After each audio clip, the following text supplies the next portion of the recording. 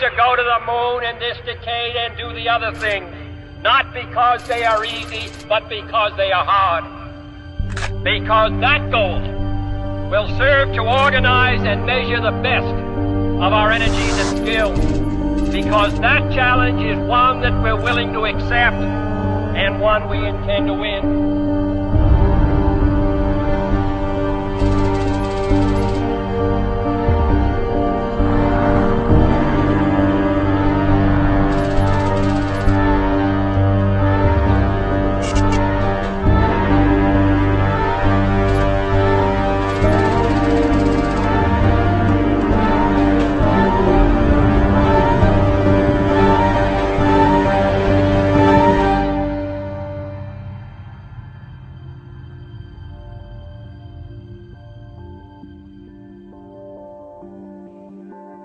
Figuring out how to send something into space at a high speed and send that data back to Earth at immense speed, faster than ever before, was an amazing accomplishment. The main problem was that any digital storage device capable of recording huge amounts of data would be way too big physically, the size of several buildings actually.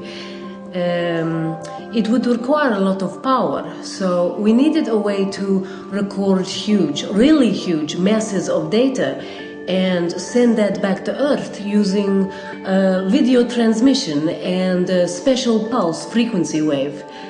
After years of research and development, we came up with a solution. What if, and only what if we use the most complex and intelligent processing computer ever invented? And even more, what if this computer is actually the human brain? Science has been always chasing this supercomputer just to imitate the way human brains works. And I say, why to invent something that we already have? Our brain is the most powerful supercomputer in the world. In order to deal with the amount of information required to record visuals of the journey into interstellar space, we look towards a more organic means of information storage: memories. We used memories as a way to collect the data from a journey not possible for a living, breathing human to survive, and certainly not possible for our existing computers to store on the probe. With the latest synaptic transcoding technology, we were able to map the neural network inside our brain.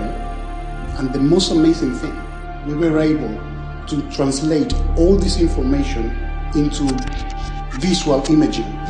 We are just converting thoughts or memories into images.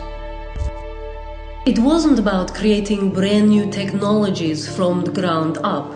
It was about using all the scientific, medical, and engineering research we have acquired over the years. It was about the fusion of advanced medical science combined with space exploration technology. You know, it was the most crazy idea I ever heard in the space agency.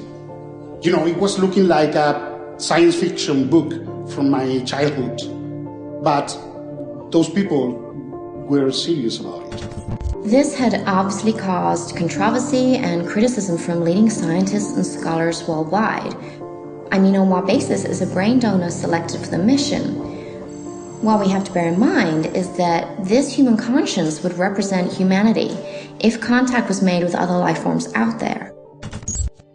A secure, heat-proofed outer coating, a ball with coolant inside, was the means of transport for this journey. There were no boosters or rocket fuel or anything like that. It was designed to merely float like a bubble, recording memories. The project now became something else, something entirely fantastical, with an additional agenda to not only experience interstellar space travel, but to also use a live human brain, which is technically alive, to record this experience.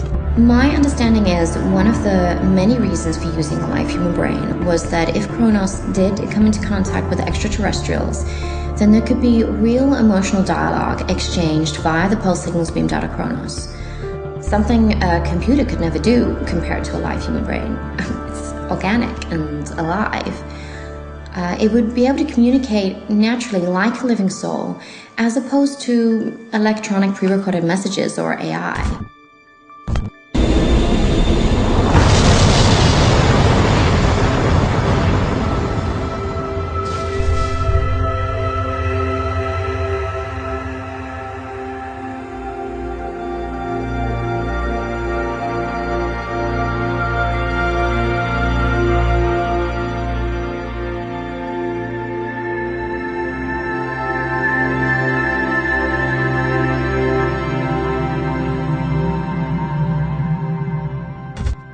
What we did is keep those rings spinning around to generate micro electromagnetic charges. So with this pulse, you can regenerate every time the electromagnetic connections inside the brain.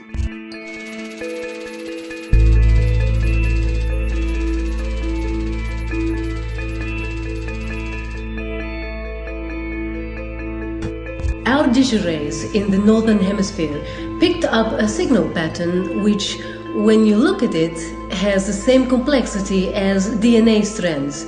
It's remarkable that this signal is the encryption of memory data recorded by human brain on its journey through our galaxy to reach us. I was literally shaking when we realized where the signal was from. I remember the day the first signal came in. It came in as a burst of signal, which took a lot of processing time and immense computing power to decode the signal over the year or so from when we receive it. The stream was a mixture between the mission memories and the human past life memories.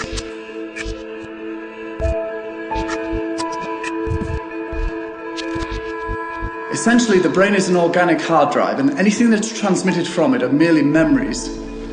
Memories are not the most structured or reliable pieces of information to process. The stream was so messy, we ended up leaving a lot of the mess in there. Realizing essentially, we were viewing the mission experience in a dreamlike form. Dreams are fragments of subconscious memories. We are actually watching Kronos dreaming about the journey it took and what it remembered.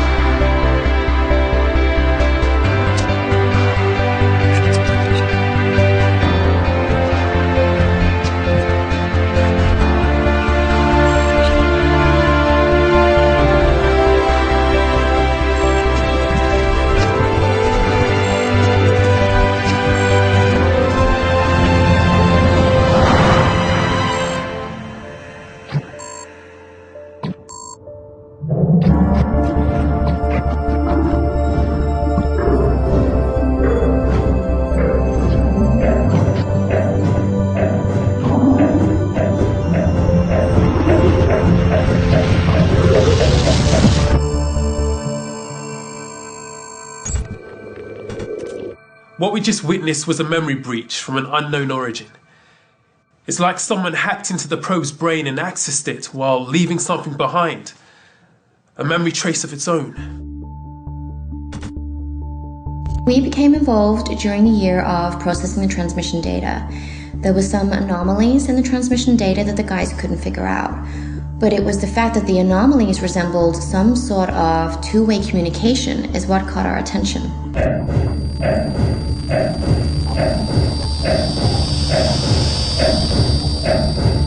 We were able to run sophisticated encryption software to help us figure out what these anomalies were.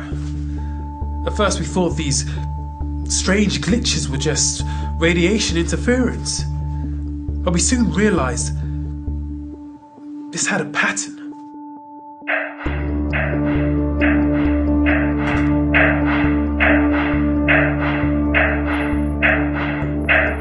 What if the incoming transmission was more than a message or a response to us? What if it was some sort of distress beacon that our Kronos probe happened to come across on its journey? What we discovered was far more overwhelming than we can ever imagine. This was way bigger than we anticipated. These are not random numbers. These are a set of coordinates. And these coordinates related to a star map.